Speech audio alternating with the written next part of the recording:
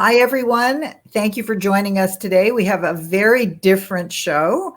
Today, we're going to be talking about something that everybody's been seeing in the news and has strong feelings about. We're going to talk about the boycott by Ben and Jerry's. So today we have with us Jack Rosenblum, who is a community member in Albany, New York, and also Susanna Levin, who is the person who you might have read about already, but if you didn't, please find out. She actually took a big step and left Ben and Jerry's on the basis of her not liking the fact that Ben and Jerry's have initiated this boycott against Israel. So first to you, Jack, you were the first person to let Stand With Us know that Susanna actually did this very heroic thing, that she left the company. It was a big personal choice for her, and we're going to talk about that soon. But Jack, tell us about what this meant to you and why you felt it was so important that you let us know right away. Well, I always consider myself a defender of the Jewish people in Israel.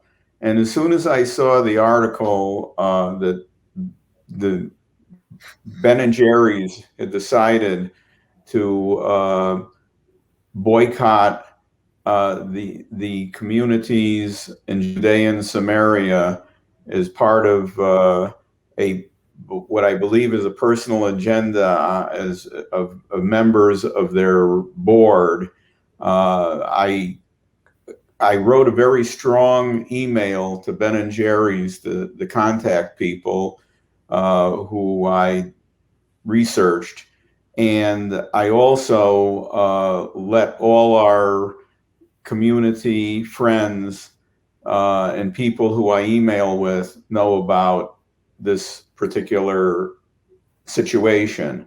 Among the people who found out that I was writing the email was Susanna, who is really, she's taken a very heroic step in quitting her employment with them. Thank you. So you're a wonderful activist.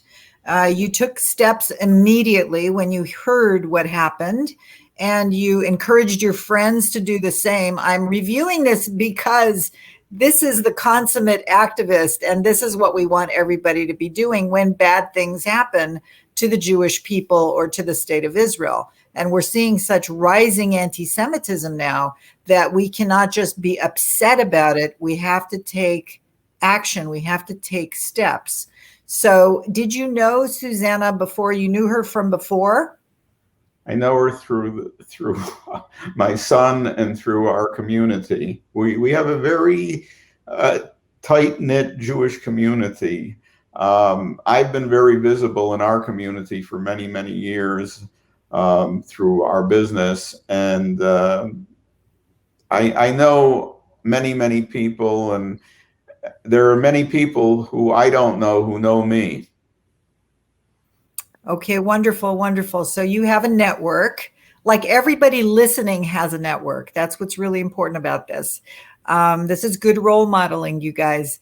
So, okay, now let's move to you, Susanna, like Queen Esther, who had to make a decision and thought about it. I'm not sure you thought about it long and hard. I'm not sure if this was an emotional reaction right away or this was a long time coming. But why don't you walk us through the steps of you learning that something was brewing at Ben and Jerry's, and what happened after that? So let's start from the beginning. How did you find out about this, the boycott?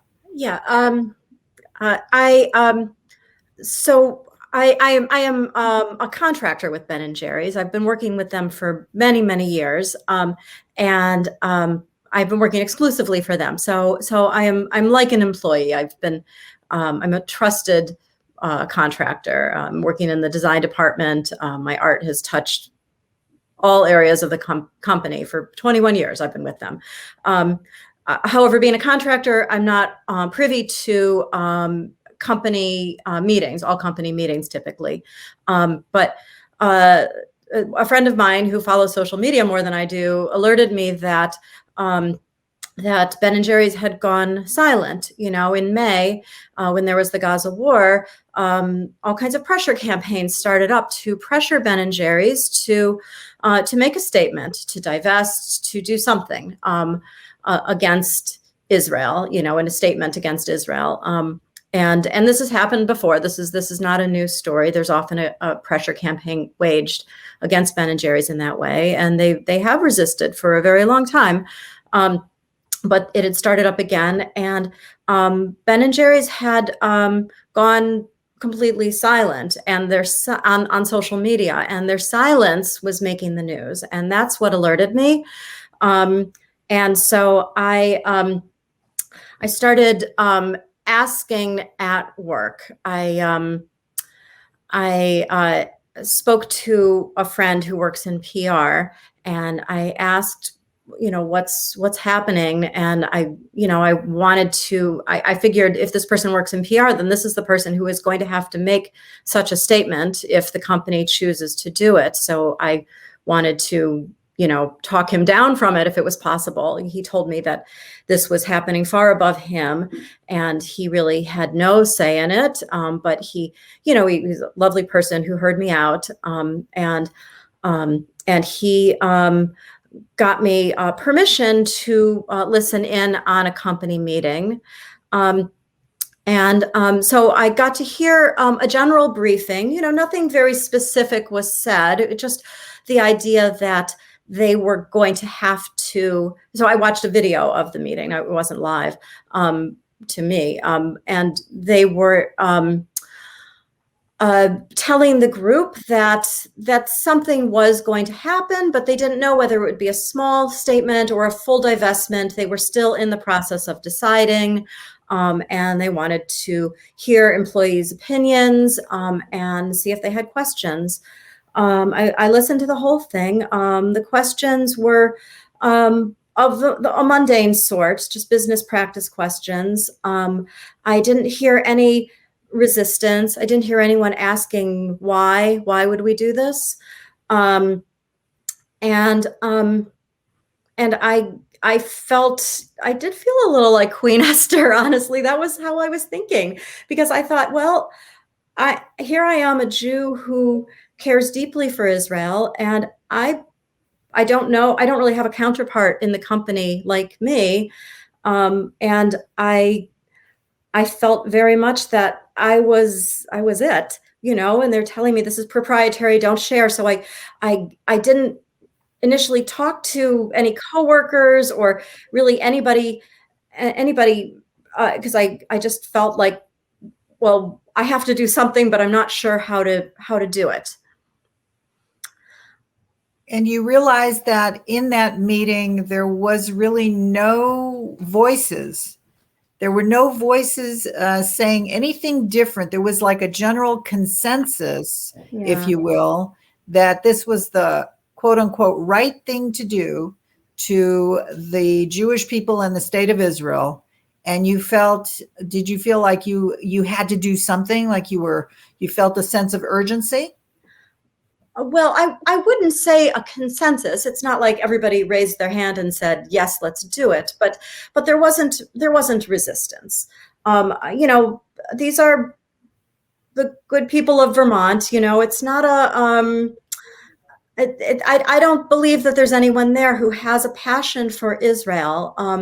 So Israel, Israel often gets caught up in the social justice continuum. People want to do the right thing, right? So they're hearing on the news, on social media, from BDS pressure campaigns, they're hearing so often that Israel is the aggressor. And so that's what they know. So when somebody says, well, Israel is bad, we can't be associated with them, then why would they resist? They want to do the right thing. So at that moment, you felt maybe there was a moment for you to begin educating people at the company. What did you do next? Yeah, well, I thought, I thought, well, what, I mean, what would you do? Like if you realize that your company, for which you've worked and supported for, half your life, was about to join up with really dark forces that want to destroy your people. I mean, I don't think anyone at Ben and Jerry's saw it that way. I don't think I just don't think that they really knew. And I think that's often the problem with BDS campaigns, because they take advantage of people's better sides, So I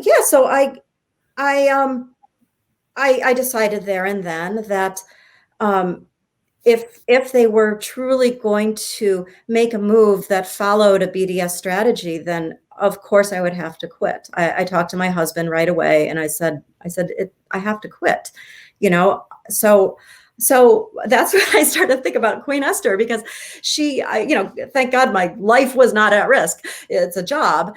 Unlike franchisees, I mean, there are Zionist franchisees who have, probably millions of dollars invested in the company. For me, it's a job. It was a good job. But I'm confident I can find another. I think I'm good at what I do.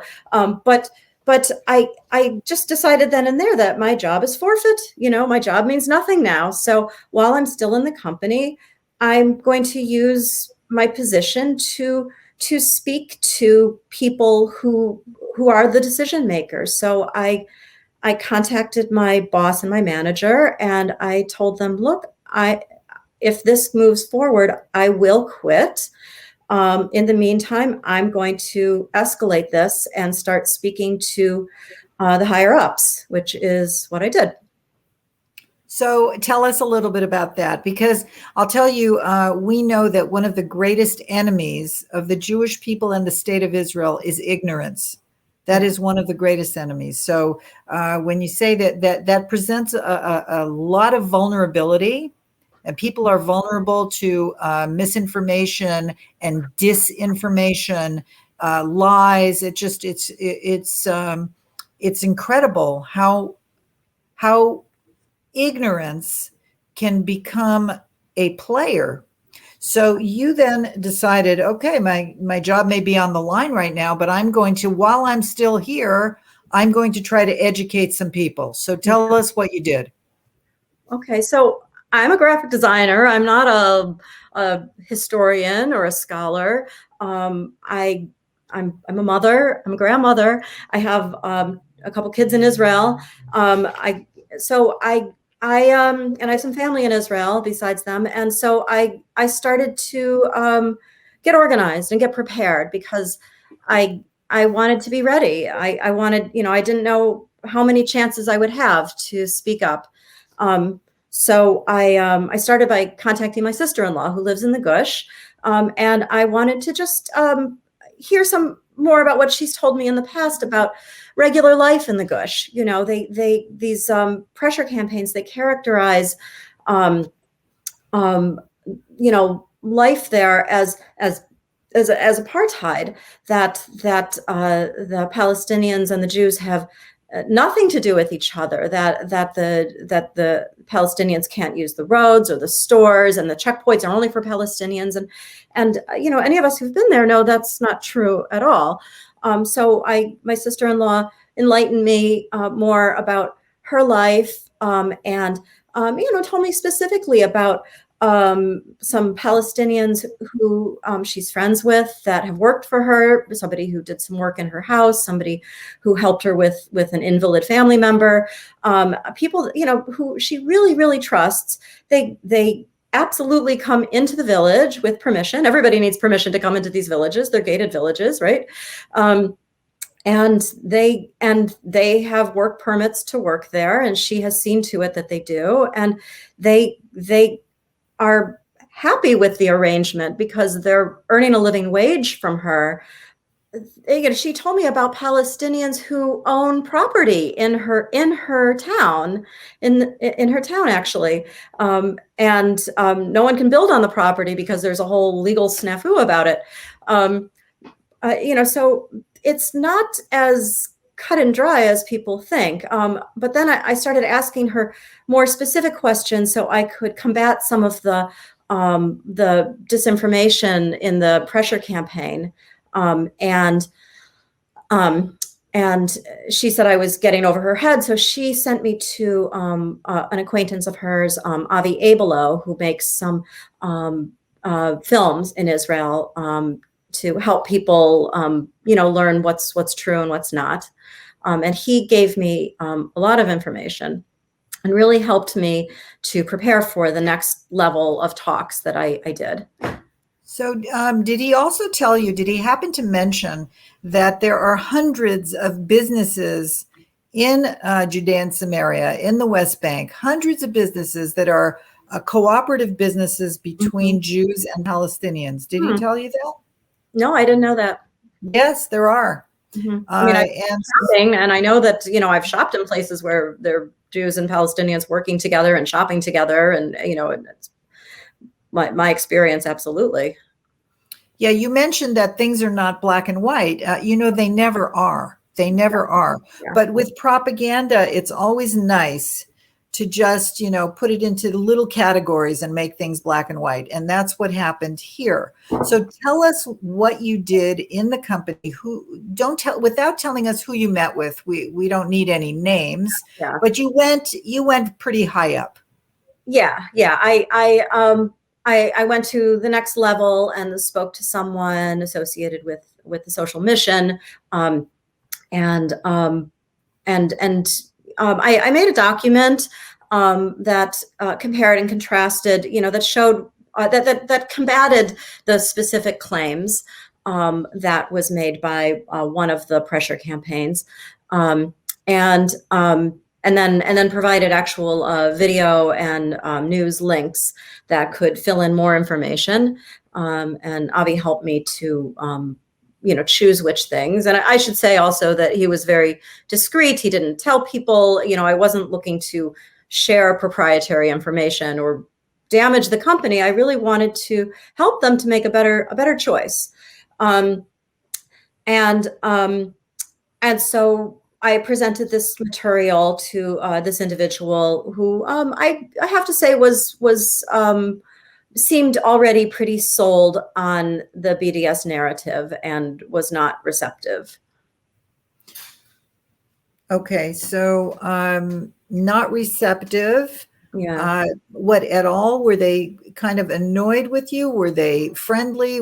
Did they give you, you said that you've always enjoyed working at Ben & Jerry's. It was a wonderful job. You had fun. You had fun and you did significant work for them. Yeah. So you were coming from a good place and also a very personal place, right? Yeah. So how did it feel when you felt like it doesn't matter what I say to this person? Facts don't matter. It looks like they've made up their mind. What was that like?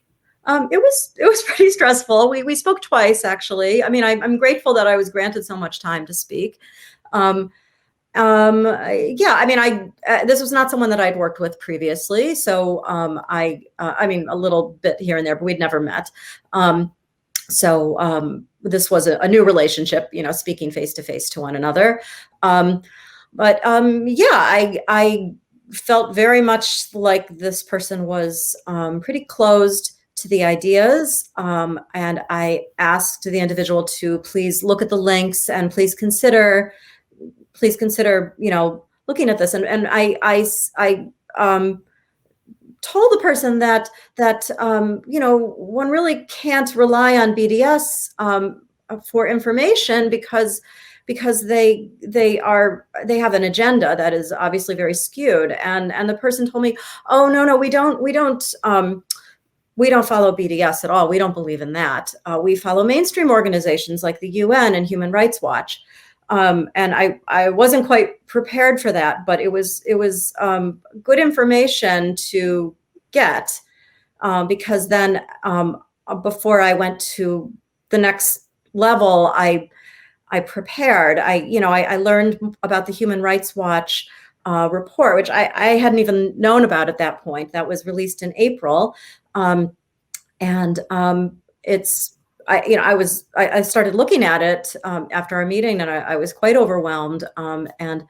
Avi passed me up to another level of help. I spoke to, I spoke to Bassem Aid, a Palestinian human rights activist who is anti-BDS. I spoke to Ben Ryberg of the Lawfare Project, which is a terrific organization. They helped me, Ben Ryberg specifically, particularly in crafting talking points. So I really could speak to the validity of the Human Rights Watch as an organization and their document, and look for some of the holes in the document. We felt like that would be the best way to combat it, because it seemed apparent to me that that was the primary information that they were getting. They saw the document as a very valid and mainstream document. And as I looked at it, I realized that it really wasn't. It actually disregarded even the existence of the Palestinian Authority or the Oslo Agreement altogether. It presumed a certain setup in Judea and Samaria that isn't true, and then criticized it based on that premise. It's interesting that they brought up Human Rights Watch and the United Nations, both of which have some obsession with the state of Israel. And you have more resolutions from the United Nations against Israel than any other country in the world. And there's so much human rights abuse that is not getting attention, but only Israel gets this mountains of attention. Same with Human Rights Watch. They are obsessed with Israel, and even taking risks as to ruin their own credibility by presenting factual inaccuracies. I'm not sure they care. They have a goal, they have an agenda to smear the state of Israel, and everything flows from that. And the members of the United Nations have this as their goal, and everything flows from that. And it's a democracy after all. So the voting is always, anti-Israel, because it's a democracy, and all of the nations that oppose Israel's very existence. So Did you go back? Did you go back and have more meetings about Human Rights Watch and the United Nations, or did you leave it at that? No, I at that point, I was granted an appointment at a meeting at the highest level, and the individual I spoke to, I was given 15 minutes, but actually we spoke for 40 minutes. And at that point, I was very prepared. I really had good information, and so I did it. I spoke to the highest level that I could get to in the company, and this person was very gracious, actually, and told me that he knew that I was there to speak and say something, and he would just sit back and let me speak, and it was a good meeting. There wasn't a lot of immediate response, but I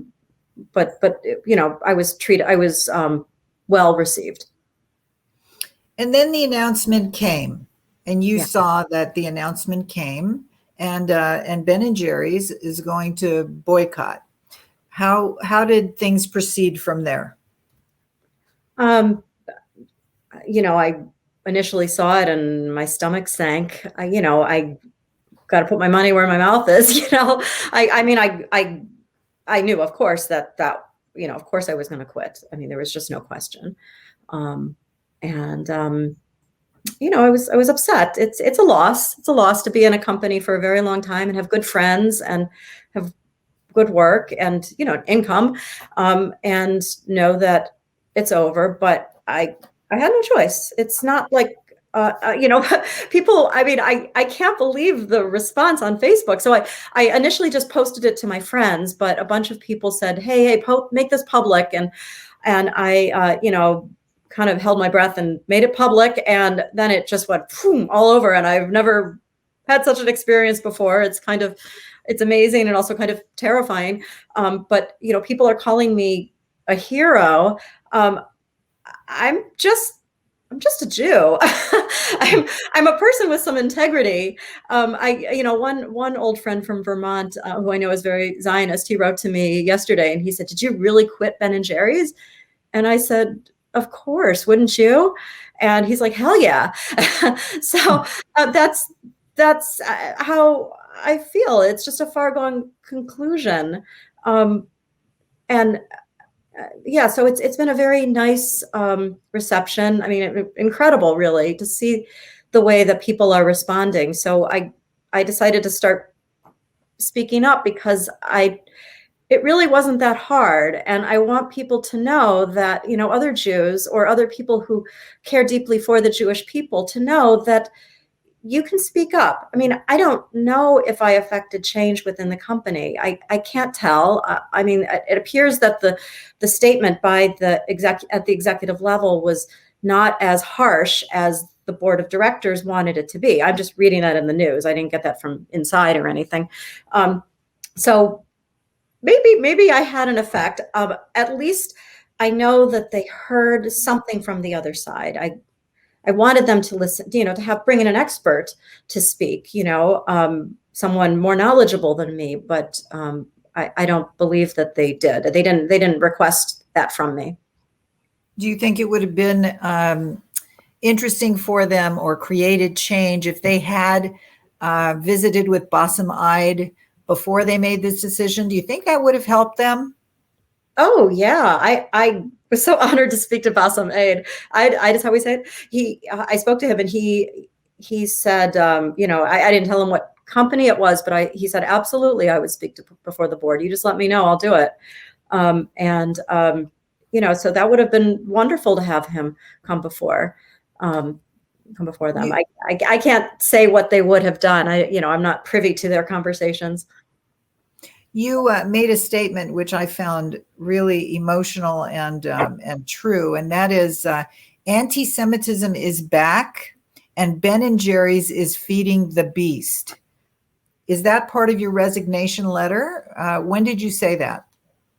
Yeah, I sent that to the high up execs. When I resigned, in my email. So you feel that boycott against the state of Israel feeds anti-Semitism? Yeah, I mean, a lot of people are calling them anti-Semites, and I'm not in a position to call anybody anything. I wouldn't go so far as to say that. I don't know what's in their hearts, but by essentially, retweeting the BDS message, you're contributing to BDS. I mean, whether or not it's coming from you, it's a contribution, and you have to. I think maybe perhaps they did it because they thought that they would appease these people and they would back down. But the lion gets hungry again. You don't. I don't think there's any appeasing. I mean, I noticed right away on Twitter that there are lots of people saying, well done, Ben and Jerry's, but it's not enough. There's more. You need more. And that's the thing. When they said in their statement the occupied Palestinian territories, it actually was very nonspecific. You don't know if they're talking about Judea and Samaria, Jerusalem, Tel Aviv. I mean, there are lots of people who think the whole country is occupied. So where does it end? Where does it end? Well, particularly if we go to the whole BDS, what is BDS? And it's boycott, divestment, sanctions against the state of Israel.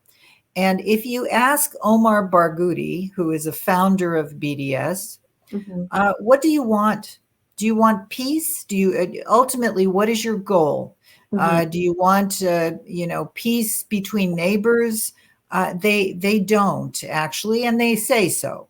They do not want it. And Ben and Jerry's, really, the high up people should look more closely into what the ultimate goals are of the BDS movement, which they have joined, which we feel is anti-Semitic because it's from the river to the sea, the river being the Jordan River, the sea being the Mediterranean River, the sea. So if you take a look at a map from the river to the Mediterranean Sea, it eliminates the state of Israel and it's a replacement of the state of Israel with a Palestine. So it will be from the river to the sea. And that's why we feel it's anti-Semitic. And I wonder if Ben and Jerry's really understand that, because as I said earlier, ignorance, makes everybody so vulnerable.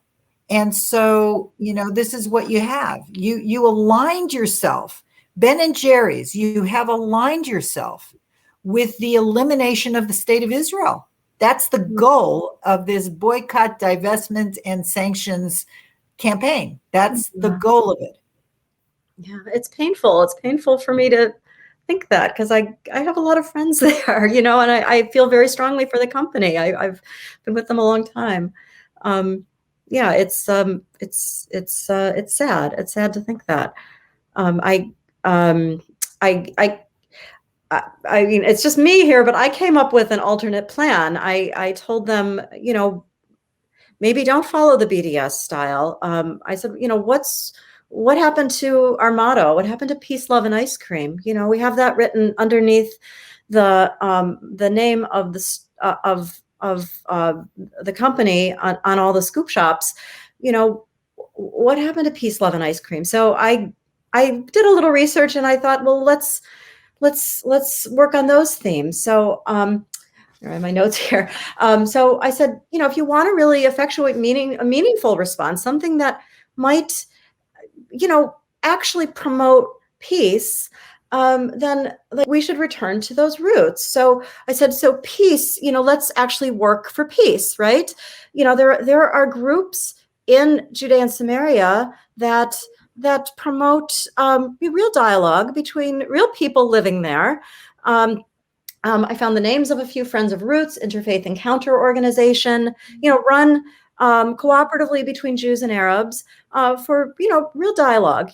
Like supporting an organization like that would be something like they used to do in the Social Mission, supporting a grassroots organization that is really doing, it's not making huge changes, but it's doing something small that promotes peace and coexistence.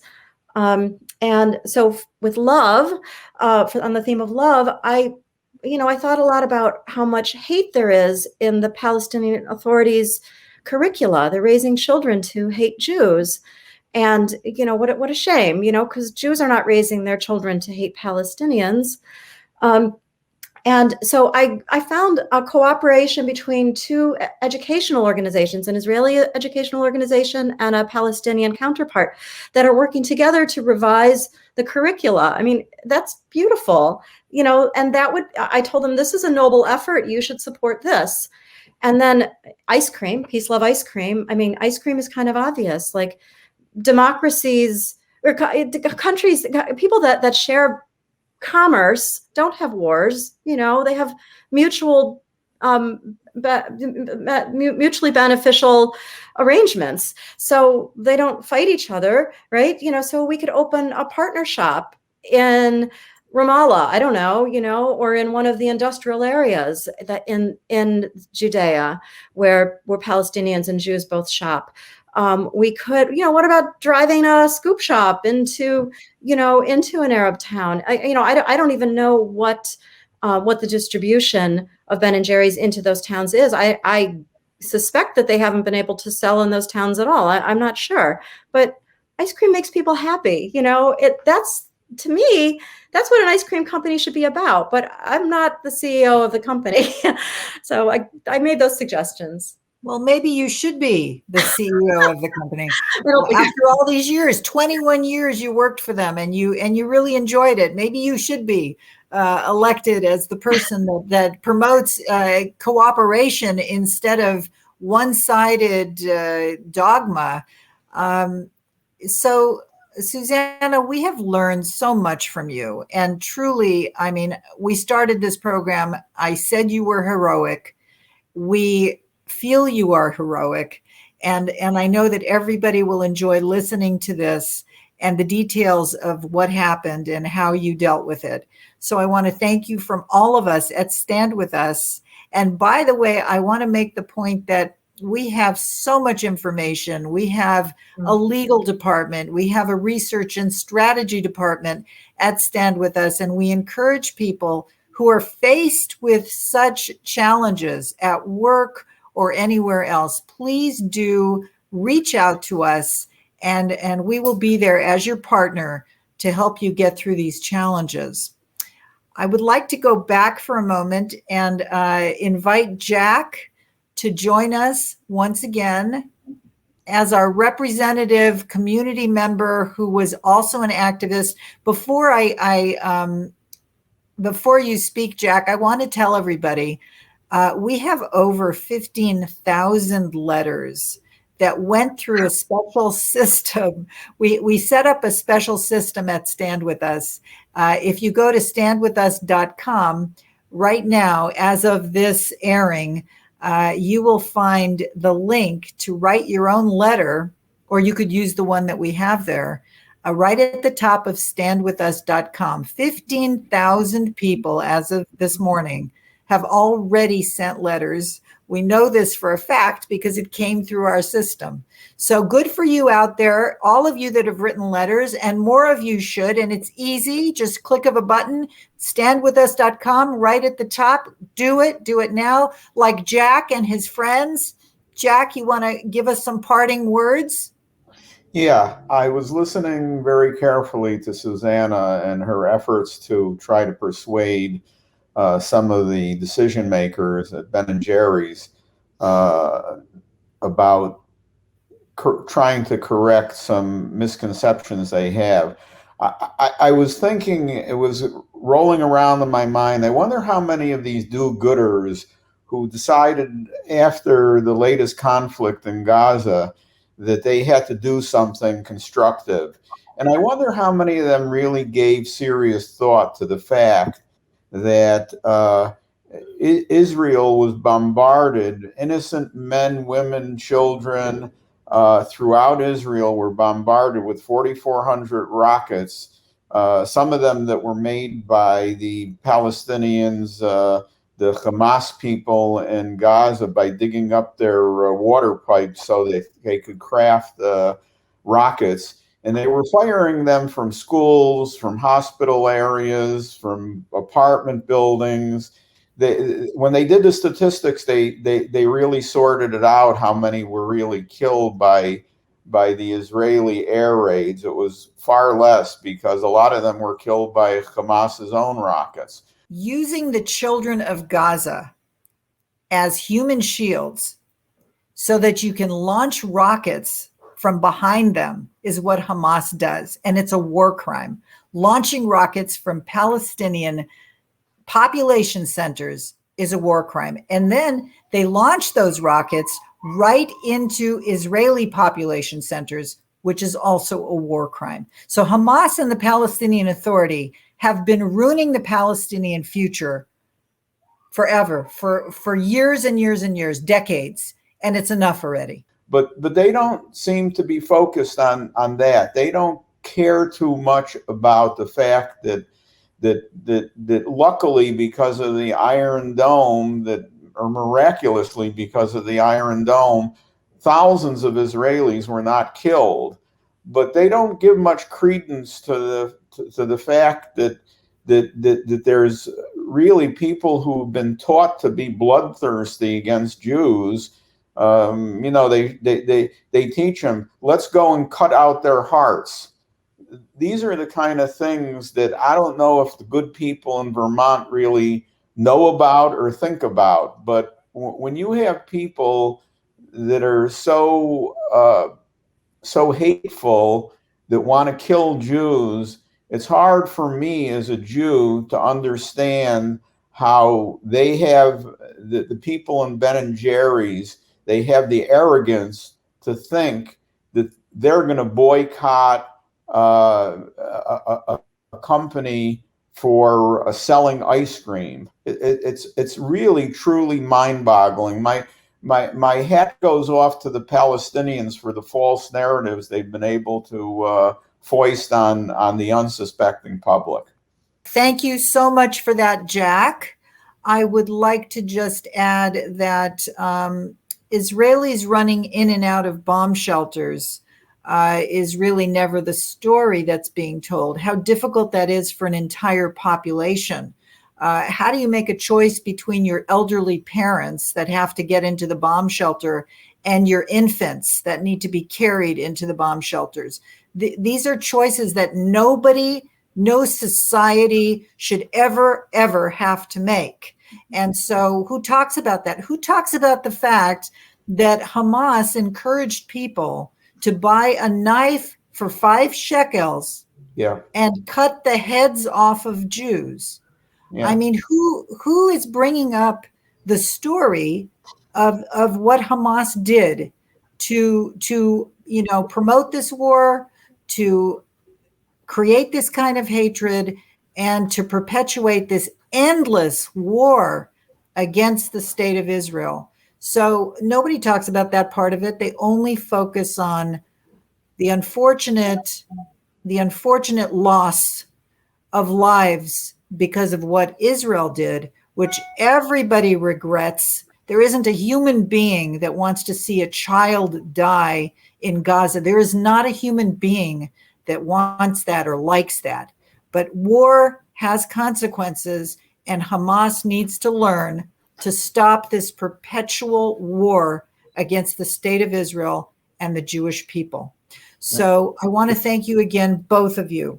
Susanna, you are a superstar hero, and we all appreciate it. And everybody who's watching has learned from you today. Jack, thank you so much for joining us and representing the activist, the everyday activist who responded to Ben and Jerry so beautifully as you did. So thank you both. Thank you, everybody, for joining us today. Shalom from Stand With Us. Thank you. Well.